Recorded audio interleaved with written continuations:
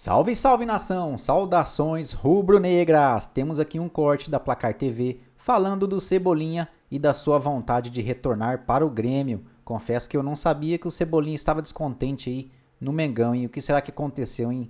Ele deu uma declaração após o jogo contra o Grêmio para uma TV local lá do Rio Grande do Sul, falando da sua vontade num futuro bem próximo aí de voltar para o Grêmio. Vamos ver o que eles falaram então aí? Quero deixar aqui os créditos para a Placar TV, o link está na descrição. Deixe seu like para ajudar o nosso canal aí, se inscreve e ative o sininho. Vamos lá então. Rapaz, essa declaração aí, a torcida do Flamengo deu uma agitada, se agitou bastante. Foi uma declaração que o Everton Cebolinha deu lá no Sul, depois do jogo contra o Grêmio. Ele foi questionado por um repórter de lá, né, sobre a relação dele com o Grêmio, etc. E ele falou que o amor que ele sente pelo clube segue aí, ele tem um carinho muito grande pelo Grêmio, e aí ele disse que pensa em voltar e falou num futuro bem próximo. Esse futuro bem próximo que pegou aí para a torcida do Flamengo, os torcedores do Flamengo ficaram revoltados, né? Trouxe um debate em relação a essa declaração do Everton Cebolinha, que eu acho que, enfim, é um jogador que desabrochou para o futebol no Grêmio, né? Acho que a melhor fase da carreira dele foi com a camisa do Grêmio, conquistou títulos com o Grêmio também, foi protagonista com a camisa do Grêmio, eu entendo o carinho dele.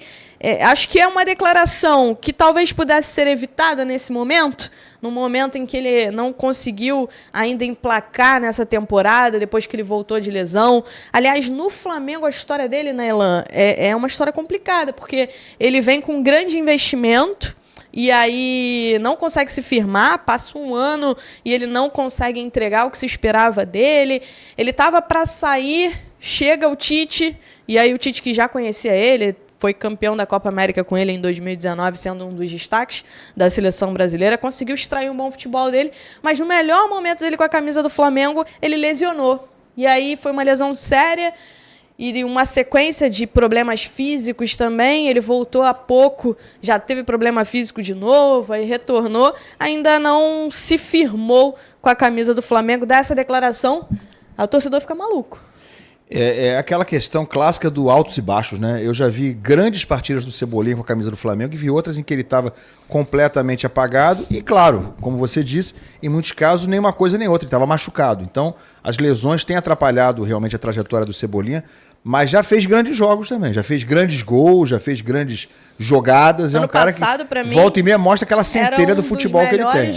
Ano passado, para mim, era um dos melhores jogadores. Com o Tite, era um dos melhores jogadores. Ele e Pedro ali, tanto que quando ele lesiona, o Flamengo já começa a encontrar muita dificuldade. Depois o Pedro lesiona e aí acaba o ataque do Tite.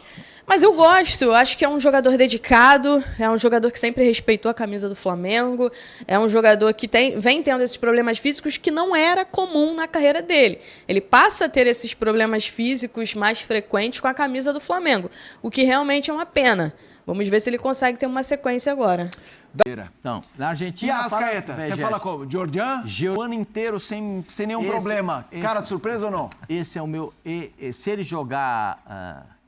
Quantos meses? Faltam 8 meses para terminar. Não consegue. Porque o Arrascaeta tem um momento, isso é histórico dele, eu espero que essa história seja quebrada. Desde a chegada dele para o Cruzeiro, a chegada dele no Flamengo e o período dele no Flamengo. Ele, entre os meses de setembro e outubro, ele sempre tem algum problema. Você precisa fazer o seu controle de carga. Não, eu acho que é assim, o futebol brasileiro se joga muito.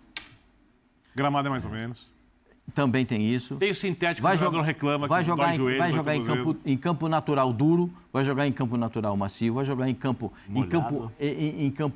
que não é natural, macio, mas vai jogar em campo duro.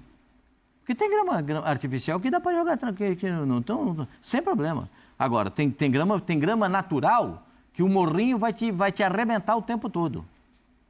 O seu joelho fica dolorido, de tanto se você pisar em campo duro. Sem duvidamente. Muito obrigado, isso me ajuda muito. E o Arrascaeta tem boas condições, ele em condições normais.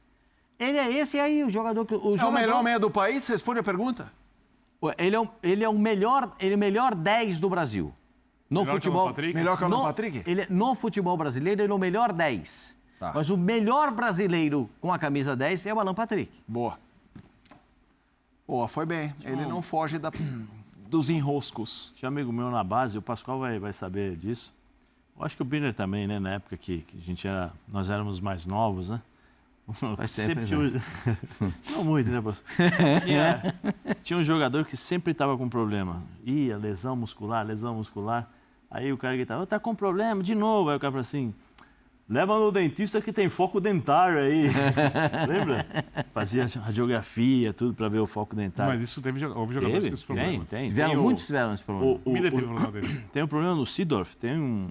Demoraram para achar. Tem na internet, aí vocês podem achar aí.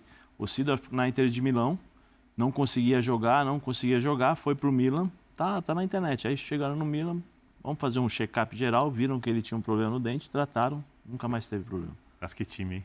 Então, assim, tem algumas coisas que a gente... Ambrosini, Seedorf, às vezes, Não sabemos. às vezes a gente fala assim, pô, não, evolução, tecnologia e um monte de coisas, estudos e tal, e isso faz parte, né, então? Mas às vezes tem uma sabedoria lá atrás também, que às vezes nossa funciona. avó. Eu acho que o único problema do Arrascaeta é ele mesmo. Em relação às lesões, às questões físicas. E aí, talvez isso seja um desafio para o Felipe por ter sido jogador de futebol, por saber como é o jogador, por ter jogado com ele e o entendimento que ele tem sobre o Arrascaeta. O time do Flamengo tem peças para mudar a forma de jogar e tentar substituir a Arrascaeta. Né? Porque quando você tem o Arrascaeta no time, você não tem outro igual. No Flamengo é diferente. Quando ele foi vendido para o Flamengo, na época o treinador do Cruzeiro era o Mano. Eu liguei para o Sidney, falei, Sidney, poxa, eu acho ele muito bom jogador, tal, mas às vezes ele quer fazer algumas coisas assim que vai complicar, né? Fica meio complicado assim, mas... Aí o Sidney virou para mim e falou assim, Zé, é porque para ele é tudo muito fácil. Você tinha que ver ele treinando. Ele sempre procura soluções mais difíceis, porque para ele o difícil se torna fácil. Então é natural dele. Mas deixa ele pegar o ritmo, deixa ele pegar a característica dos jogadores que estiverem jogando ao lado dele, você vai ver como ele vai crescer demais e ele vai ajudar muito o time, porque é um grandíssimo jogador. E de fato isso aconteceu. O grande problema é isso daí, é a administração do Arrascaeta. Precisa ver como... assim, pelas entrevistas, né, Pascoal, dele, eu particularmente não dá para você entender o perfil dele, a personalidade dele, né, em relação a isso. Todas as entrevistas que eu consegui assistir do Arrascaeta, eu não consegui mapear como a personalidade dele. Porque muitas vezes ele... Tô machucado, mas tá doendo, eu vou jogar. Entendeu? Não, põe aí pro jogo. Tô sentindo uma dor. E tem jogador que fala assim, não, tô com uma dorzinha no cabelo aqui, não vou jogar hoje. Entendeu? Então eu particularmente não sei, é difícil de dizer. Porque pode ser que nós estamos falando de um jogador que tenha sentido uma dor e em determinado jogo eu falei assim, não, pode deixar que eu vou jogar. Porque eu quero jogar pro time. É difícil, a gente não, né? Mas pode ser. Vamos lá, a gente tem um intervalo para fazer. Na sequência a gente vai falar sobre o caso VaideBet, patrocinadora do Corinthians, toda a questão política, passaremos por esse assunto. Mas só vai falar do e também Corinthians da ou vai Série falar B. da delegacia? Não, só a Liliana